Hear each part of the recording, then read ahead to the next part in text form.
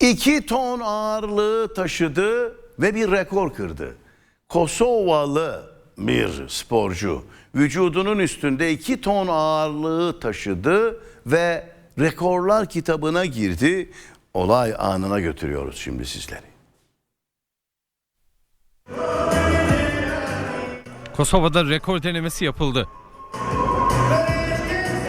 Ekstrem sporcu Bujar Muli vücudu üzerinde 2 ton ağırlığı 5 saniye taşıyarak Guinness Rekorlar kitabına girdi. Muli dünya rekoru denemesinde desteklemek için bir araya gelen yüzlerce vatandaş izledi. Muli kendisine ait olan 1819 kilogramlık rekoru geliştirdi ve yeni dünya rekorunun sahibi oldu. Guinness Dünya Rekorları temsilcilerinin gözetiminde gerçekleştirilen gösterinin ardından Muli'ye dünya rekoru sertifikası takdim edildi.